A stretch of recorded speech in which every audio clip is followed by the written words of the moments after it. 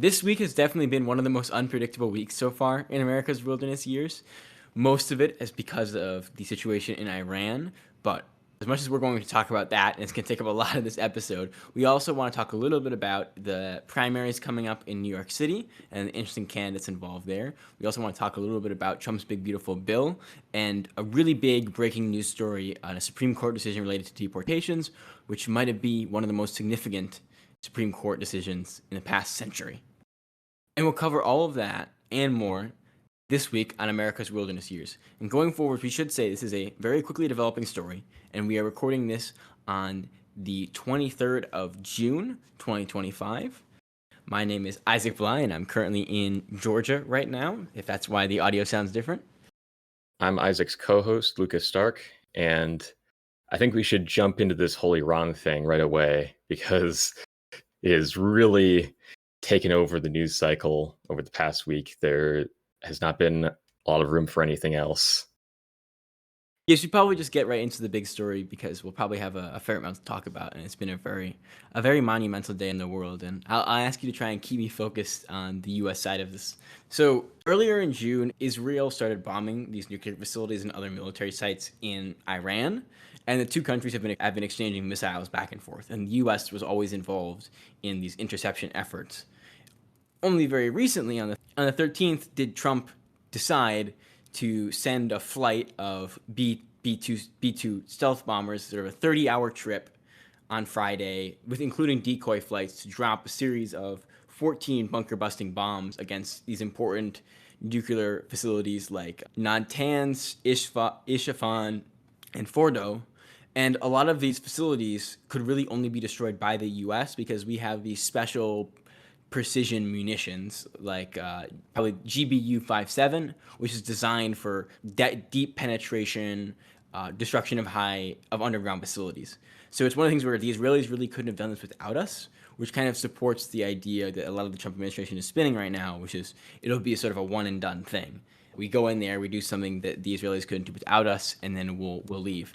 The problem is starting a war is always a lot harder than it is. Is always a lot. Joining a conflict is always a lot easier than it is leaving a conflict, and it'll be cool. And I want to get a little bit into why this started, what's Trump's motivation, and what actually happened. Were these attacks successful? Yeah, I guess that would be the big question. That's one of the questions I looked at for a little bit, which is it's still unclear how successful that attack was. I mean, the attacks themselves were very good at causing serious damage to a lot of these facilities, but the U.S. and other international officials have actually been unclear if it successfully destroyed the 400 kilograms of enriched uranium that would be our main concern. The thing is that Iran has a massive infrastructure of nuclear facilities, like more than 30 different sites. So the idea is maybe we destroyed the right ones. But J.D. Vance sort of indicated today that the stockpile is still under Iranian control. And to quote Benjamin Netanyahu, he said he has an interesting intelligence on their whereabouts. And there's some evidence really going against the idea that it has been destroyed. So two independent experts utilizing commercial satellite imagery, which is not necessarily the most reliable thing, said that this is unlikely that it's destroyed all the highly enriched uranium. So is it possible that we destroyed a lot of it? Yes. Is it possible we destroyed all of it? No. And there was a lot of killings of Iranian nuclear scientists. And while that will set it back a fair amount, that's not going to end their ability to replicate it. In fact, I read one report from RUSI which indicated, yes, you might slow it down by getting rid of people who know how to make this stuff, but because this is really going to incentivize them to build weapons, you're also getting rid of a lot of people who would be able to do it competently, so you increase the risk of some other mishaps. It's also worth noting that the International Atomic Energy Authority has stated that they haven't reported any spikes in off-site irradiation since these strikes on Saturday. So there hasn't been any major saturations of uranium, because if you blew up a lot of uranium, you'd expect there to be high uranium exposure, which could have serious health consequences for the region. But it's just not. That's a relief. Yeah. Well, it also does indicate that we did try to destroy the weapon. I mean, if that would be a reliable test, it would also indicate that we did not successfully destroy the stockpile they would be using for weapons. And these strikes were premised on the idea that Iran has the ability to make nuclear weapons, is approaching the ability to make nuclear weapons. and they had to destroy them or else they'll be used against our allies or Israel.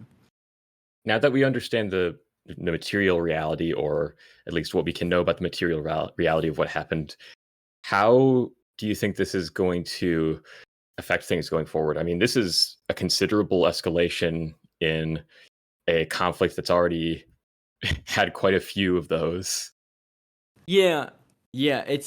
I mean, this conflict isn't really over, and as we're recording this, Trump administration published like on, not actually in any diplomatic channels, but they just published like on Truth Social that they have a ceasefire like in the works, and it's basically set up. But I just haven't seen any evidence of that at all, and I don't think I think the Iranians have also dismissed that that's being true. And just thinking about on the U.S. side of things, it's worth really looking at. I guess there's three responses that I want to look at. So there's a real divide within the Republican Party, particularly like the MAGA movement about this, because there's Oh very yeah. much this idea, and Trump campaigned on these, Iraq was this wasted forever war that, I'm going to get us out of foreign wars. I'm going to end wars. I'm going to end Ukraine. I'm going to end Gaza. I'm going to make a more peaceful world, and none of these wars would have happened without me. And actually, now that it's been long enough, I actually do want to get into like his actual track record on this because I think it's kind of interesting. But you see people like Marjorie Taylor Greene, who is actually speaking out against Trump's continuing doing these bombings, Yeah, I and was people surprised by like, that. well, there's a lot of people who are just like, this is deep state, not America first stuff. But you also have people like Laura Loomer and Matt Gaetz, who literally would said like a month ago the president should not get involved. Thank God the president is smart enough not to get involved. And they're just going in and like deleting their tweet. They're just going in and deleting their tweets because you're not really allowed to sort of think for yourself in that way. And the other thing I want to address, which is, we're in a period which a lot of people call sort of a constitutional crisis, that Trump did these strikes illegally because only Congress has the right to declare war. The thing is, it isn't really a war because a formal declaration of war, the president can't do. Only Congress can Yeah. do that. But the president is allowed to do a bunch of military actions because he's the commander in chief. Like, Yeah, the executive has a lot of autonomy in that sense. well, like his job is to do this stuff. It's like baked into like his basis for doing this is Article 2, Section 2 of the US Constitution. So I'm not a lawyer, and I'm sure you can debate like if this is within his base of like action, Yeah, and we've been whether debating it's an that like act of war. Yeah. yeah, and we've been debating this since like Vietnam. But broadly speaking, I'm it doesn't seem like this is more a usurpation of congressional power as much as it is just like maybe a really careless and bad idea. And that kind of brings me into another incredible thing, which is that like this is a really big moment for the UN and for our European partners because they didn't get consulted on any of this. You remember like during the Iraq war, like Tony Blair and George Bush would go to like these small countries who were temporary members on the UN Security Council, and they would talk to them to get them on board because they were really, even though like that was like a not very popular war, they were determined to do this in a manner that the UN could accept, and that was a crucial part of it. And we got the UN to accept the Gulf War as well. And there's just no interest in that. We didn't let Europe know. We didn't talk to any of our major allies about this, and that's even ignoring the fact that I'm pretty suspicious that we even knew that these strikes were happening. And I think we've seen Trump is very fixated on in the Nobel Peace Prize, on being a deal maker. And I also think that there's some like level of him which he's just kind of like scared of war, which like reasonable enough. But this seems like something where he's sort of getting led along by the Israelis in a way that because we said this before, he isn't really going to punish Putin. He sets all these deadlines, like 4 separate deadlines, and Putin breaks Yeah. all of them, and he never punishes Putin. He's never going to punish Netanyahu, and he seems very hesitant to punish the Iranians because one of his few like genius foreign policy achievements was the Abraham Accords, which set the path for the normalization of relations across the Middle East, which was like one of the great foreign policy triumphs of the past decade.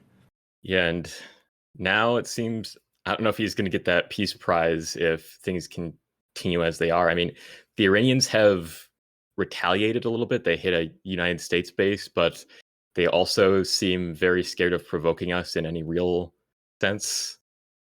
Yeah, they actually gave early warning for most of the strikes they did against like Qatar and Iraq because they didn't want to provoke U.S. casualties, which makes sense because they've just been sort of wash ragged because they didn't have the conventional military capacity, and So they obviously don't want to start a full-scale war, but they also can't really back down. I mean, the Iranian regime is famously like very unpopular, and also in this case, they're not really getting a huge nationalist rally around the flag, and also, so it's like they can't really fight, but they can't be seen to not fight, to put them in a very uncomfortable position.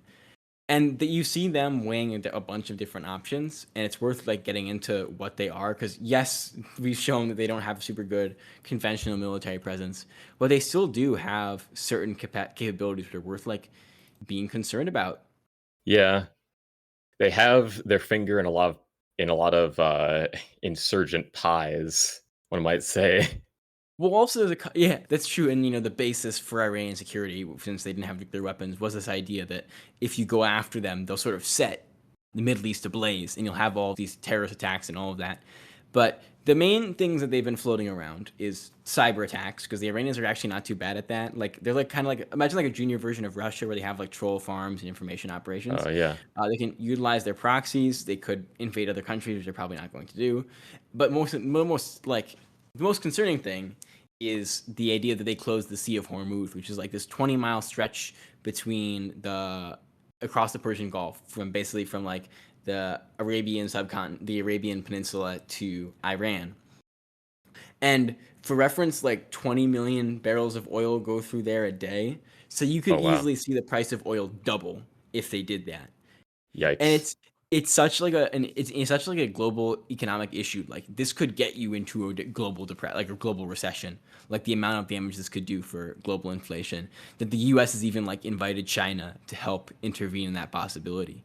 And it's worth saying also, if they did that, they would also be cutting off a lot of their own ability to export oil. So it's a very risky thing. And even if they could do it, is unclear.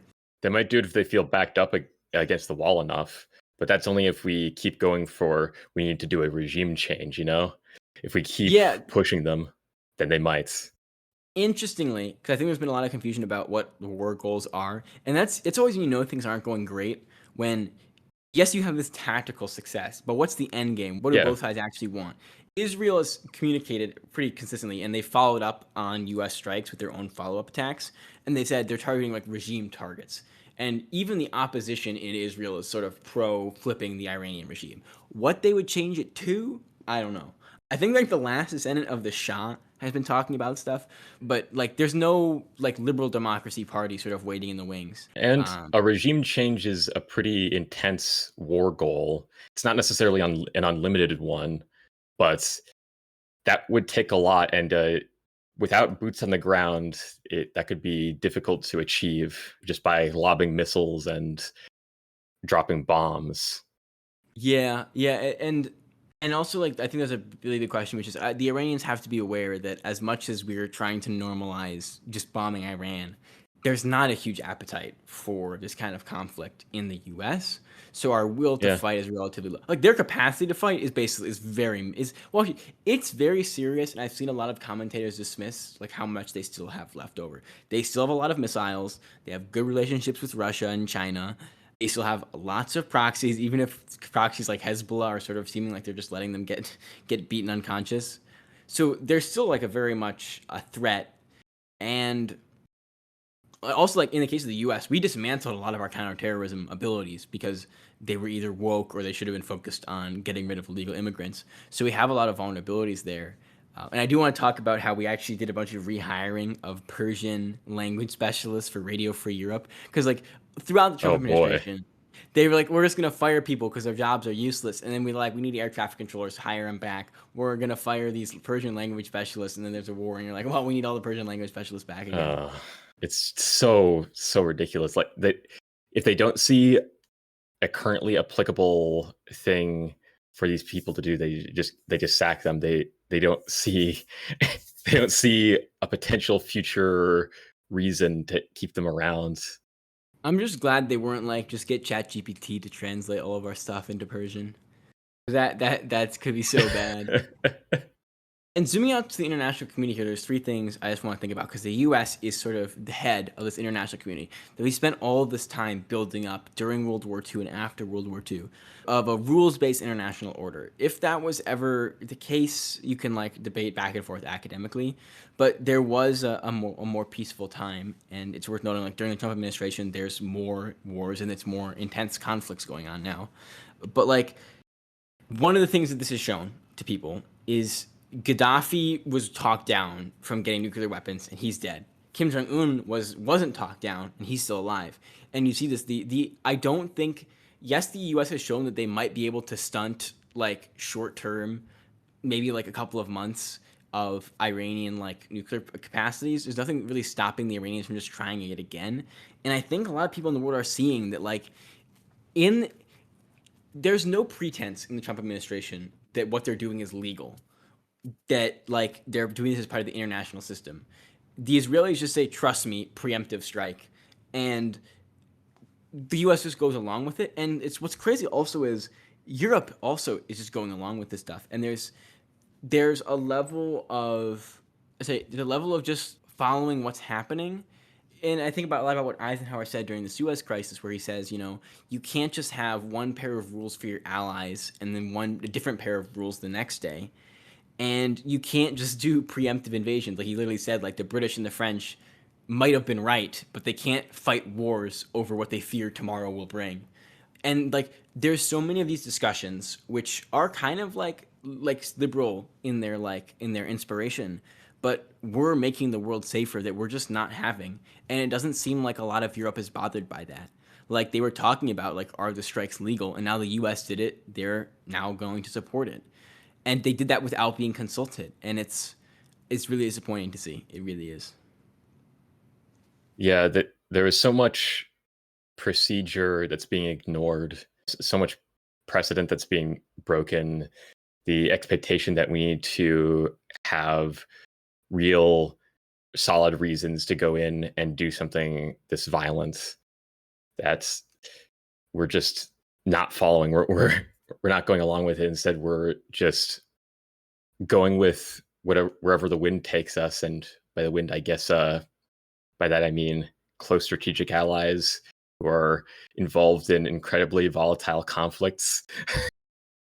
Yeah, and I mean, but also if you think about it from the we've talked about this before, and you see this a lot from people like Michael Wolff, which is if you're Donald Trump and people are getting kind of bored in you and your approval ratings are dropping, you know that this is a really big escalation. It's a really big news story. It'll bring attention back to you, and that this is a great opportunity for you for sort of that rally around the flag effect and all of that.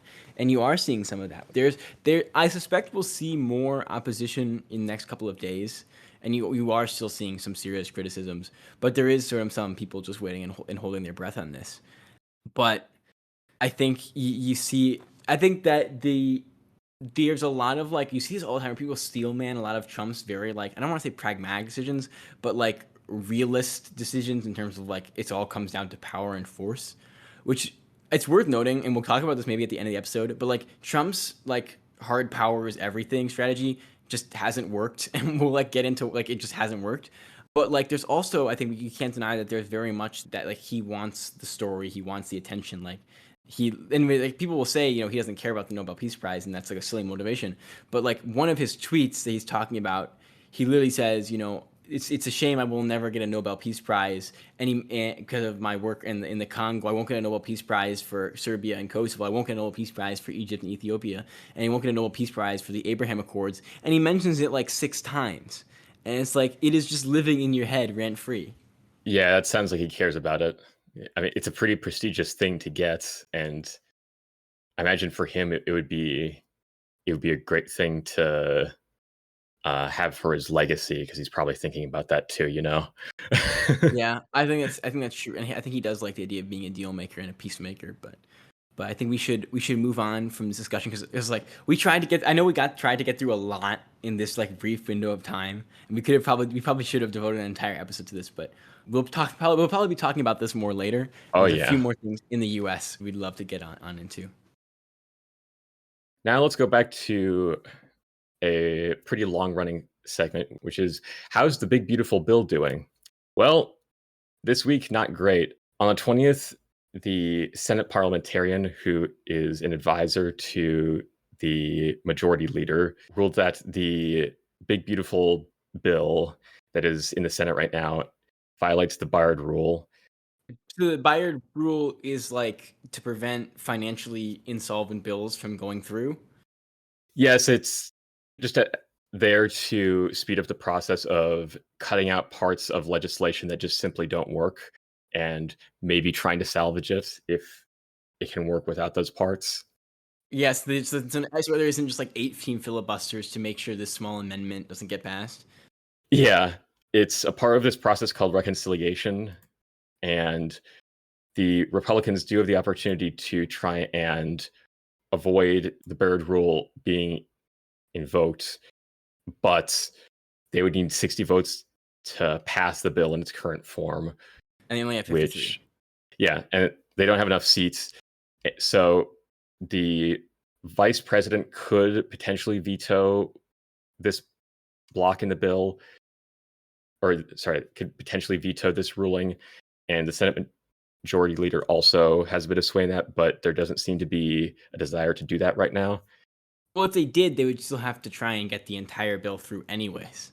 Yes. And this is just in general a huge roadblock for the bill, which is trying to be rushed through as soon as possible.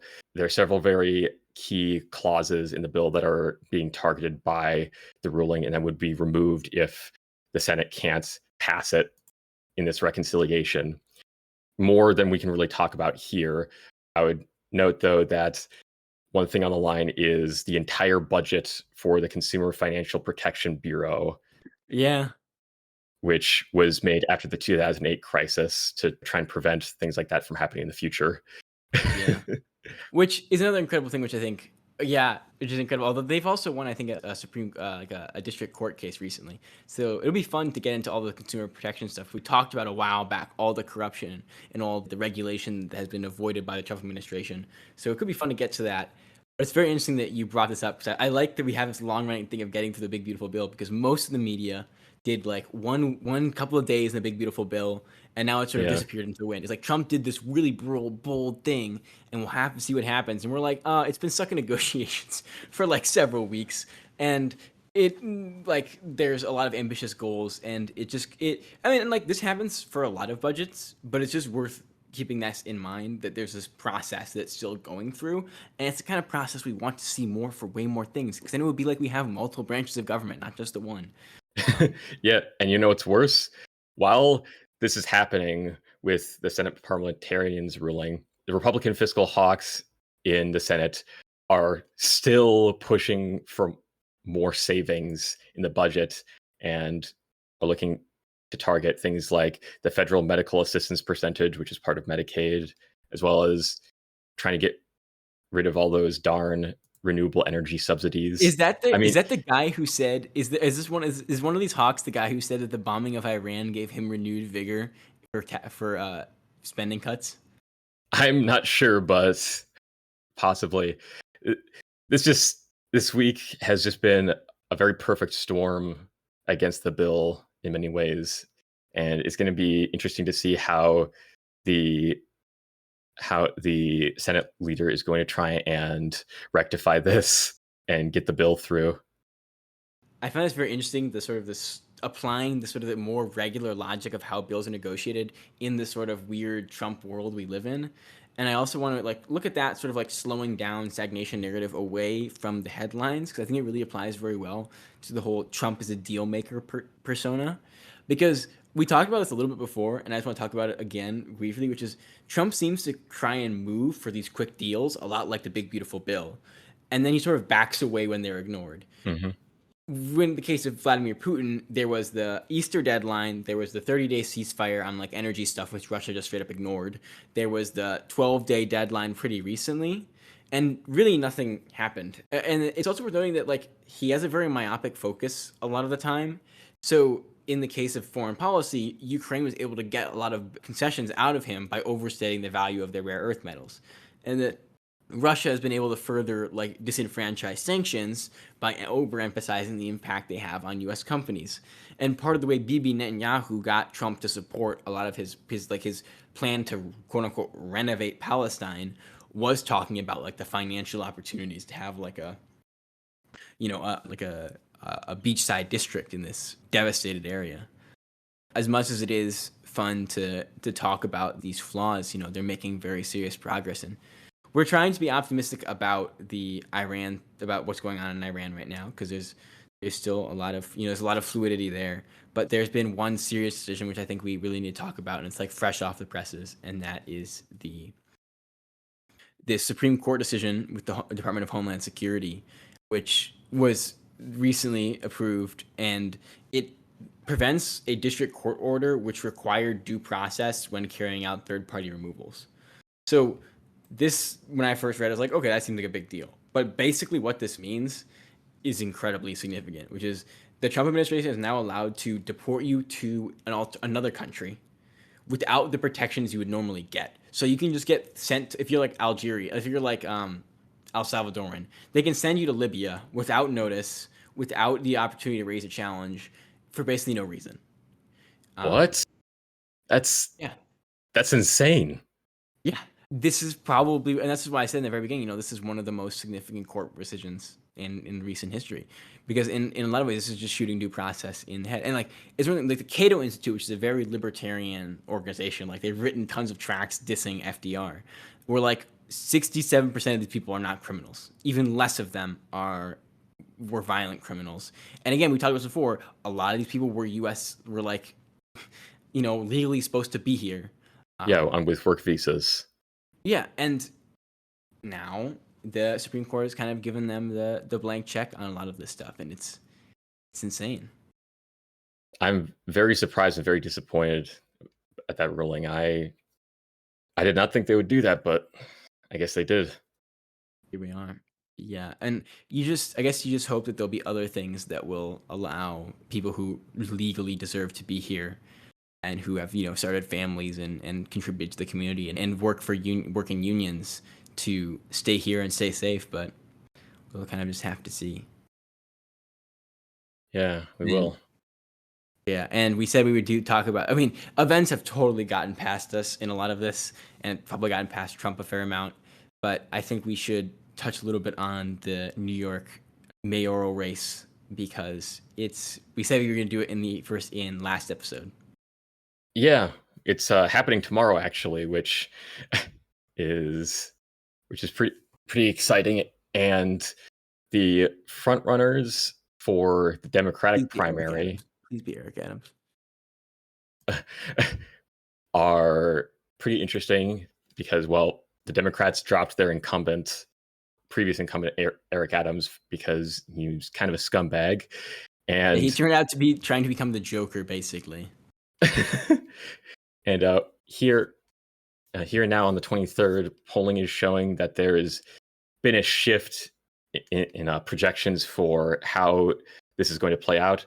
Part of this is that there's this new ranked choice voting that they're going to be doing with this primary, and the front runner and former Governor Andrew Cuomo was projected to win by earlier polling, but now we're seeing a little bit more favorable statistics for Zohran Mamdani, who is a member of the state assembly and is the second place in the polls mostly. And these are two pretty different candidates for who could represent the Democrats in New York. Mamdani is a progressive, sort of a democratic socialist, and Cuomo, in comparison, is more of a typical establishment kind of person, quote unquote. And he's also like twice as old as Mamdani. So there's that. And Mamdani pointed out in one of the debates, he doesn't have massive corruption scandals. He doesn't have multiple like sexual assault scandals. He doesn't have like all of this establishment issues behind him. Yeah, he's not under federal investigation. Almost under federal investigation for lying during a Senate hearing, I think. Some kind of hearing, which I think would mean lying under oath. I'm not an Least expert on that. corrupt So New York official, though. Least corrupt New York yeah, official. he's Cuomo is also currently using his lawyers to try and silence the his accusers as this race is happening. Yeah, and you are seeing also a lot of like the establishment. I don't want to call them left wing, but stuff like the New York Times and all of this being very like critical, like the traditional media being extremely critical of Mamdani's sort of run. And there's been some debate about like, is he actually that popular or is he just like using social media to his advantage? But he very much is a very energetic candidate. And whether you dislike him or like him, he's something kind of new. I mean, some of his policies have complications. Like rent fixing is obviously going to be a difficult sell for anyone. But Yeah. I remember hearing from one of my friends who's in Ukraine who was like very excited about this event because it shows a chance for some real dynamism, and I think that's one thing people really want from the Democratic Party right now, even if things are something people really want from the Democratic Party.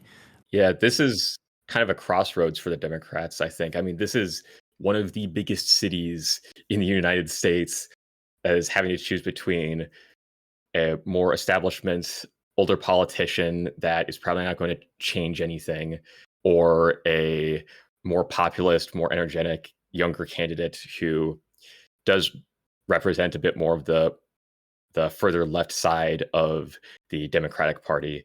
So we could maybe be seeing a populist shift in the Democratic Party, or maybe not. We'll have to see. Yeah, and there's one thing I also want to say because I think it's very interesting because in America we generally use we have like this electoral college system. We go like very much by like majority voting rules, which is not consistent across all the countries of the world. Yeah. And the ranked choice voting thing is actually something very interesting, and I think most Americans kind of like the idea of it, which is basically you choose who you like your first preference to be, and then what happens is, so you say, I want Madame, and then I want Cuomo, and then I want the greatest hero of our Eric generation, Eric Eric Adams. Adams. And Yeah. then if Cuomo, your first choice, doesn't get the votes he needs to succeed, then he's eliminated. And everyone who did get enough votes, like 50% or who gets a sufficient number of votes, stays in. And then you go through the second choices, and Cuomo will get everyone who voted for Cuomo as their second choice will add on to the first preference of Cuomo. And so the interesting thing is that basically you can vote for a candidate who you don't think necessarily will win, and not have your vote be wasted because your second preference, because if they don't get enough votes to like be competitive, then your second choice will get the votes. So it allows for a lot more like options for who you want to win and for diversity of choice in that way.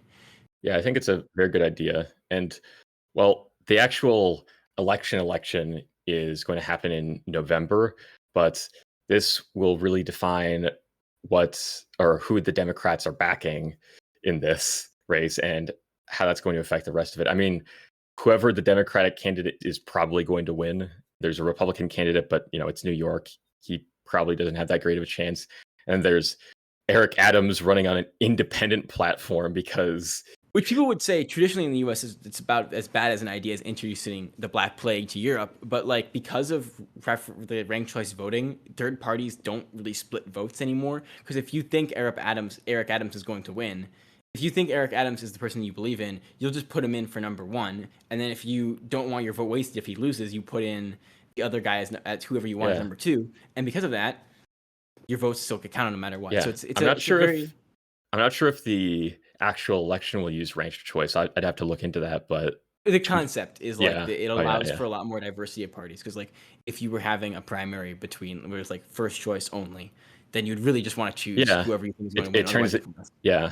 which also leads to a lot more positive campaigning. It has a lot of interesting effects, and it's kind of sad that I remember like reading and listening to people who are from older generations and talking about all these little technical changes that they really thought could improve democracies in a lot of way that they could.